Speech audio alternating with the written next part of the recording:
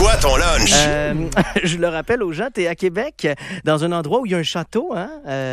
C'est beau ici, là. Ça a un peu l'air du Moyen-Âge. C'est peut-être ça qui t'a donné l'idée aujourd'hui de nous parler de ce qui se passait au Moyen-Âge. Mais il y a des choses au Moyen-Âge que les gens croyaient, puis aujourd'hui, on fait, ben voyons, ça se peut pas. Comme à l'époque, les animaux pouvaient être traduits en justice avec des avocats pour les défendre. Ah tout, ouais? là. Oui, moi, j'imagine juste L'avocat, l'avocat. le fruit, j'imagine? Non, l'avocat, la personne, là. OK. Peut-être que cette personne-là tenait un avocat dans ses mains, ce qui fait une très belle mise en abîme. Mais moi, j'imagine juste l'avocat comme... Alors, je vais dire comme mon client, la marmotte. Je vous rappelle que c'était avant l'invention de la télévision, fait qu'on se désennuie comme on peut, à l'époque, hein. Malgré que je payerais cher, moi, pour un poste spécialisé en procès d'animaux. Juste question d'être debout chez nous, outré avec la bouche pleine de chips en train de crier « Il est coupable! C'est un scélérat de perroquet-là, ça se fait pas frauder une vieille dame de 16 millions, voyons! » Hey, t'imagines-tu la juge Anne-France Goldwater, qui serait sans doute Anne-France, je sais pas moi, Golden Retriever, là, c'est sûr, ça serait ça son nom? Wow, ça serait parfait, ça, Golden Retriever. Mais, hein. Puis à cette époque-là, par exemple, c'était pas ridicule, c'était normal. Tu sais, comme c'était normal aussi de donner naissance dans un bac à foin, avoir 36 enfants puis se brosser les dents, jamais dans une vie. Hey, en Suisse, la cour a déjà jugé des chenilles parce qu'ils avaient... OK, ils ont été poursuivis pour avoir mangé des plantes dans les jardins. Puis ils ont été jugés coupables, ils ont été condamnés à l'excommunion, puis ils ont reçu l'ordre de quitter la ville. Hey, je peux-tu dire qu'ils ont pacté leur stock, embarqué dans leur cocon et changé d'identité, ces chenilles-là? C'était ça ou la prison? La prison étant des pleins de petits pots de beurre de pinot vide avec des trous dans le couvercle, là. C'est pas mal de même que tu peux les garder le plus longtemps.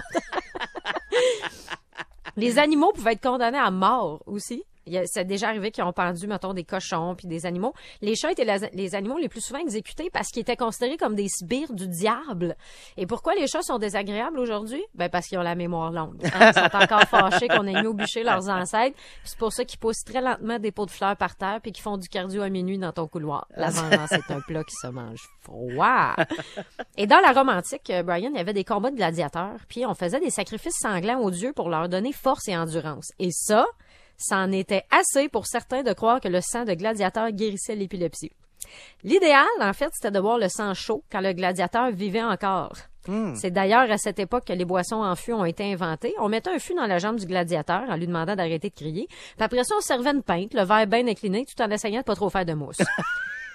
Et dire qu'on trouve ça difficile, Brian, de se lever le matin parce qu'on n'est plus capable de la pandémie. Chaque matin, rappelez-vous que vous pourriez être né en 560, être gladiateur à 14 ans, obligé de vous battre dans un saut de fête avec toute la batterie de cuisine et le tiers de ton char, contre un dos de sa sauce qui attend juste de te soigner une boule de bowling avec des pics de 6 pouces au bout d'une chaîne directement par la tête, puis que quand t'agonises, on t'entaille comme un érable puis on part avec ton sang pour le vendre aux gens coutus. Faut se rappeler ça, Brian.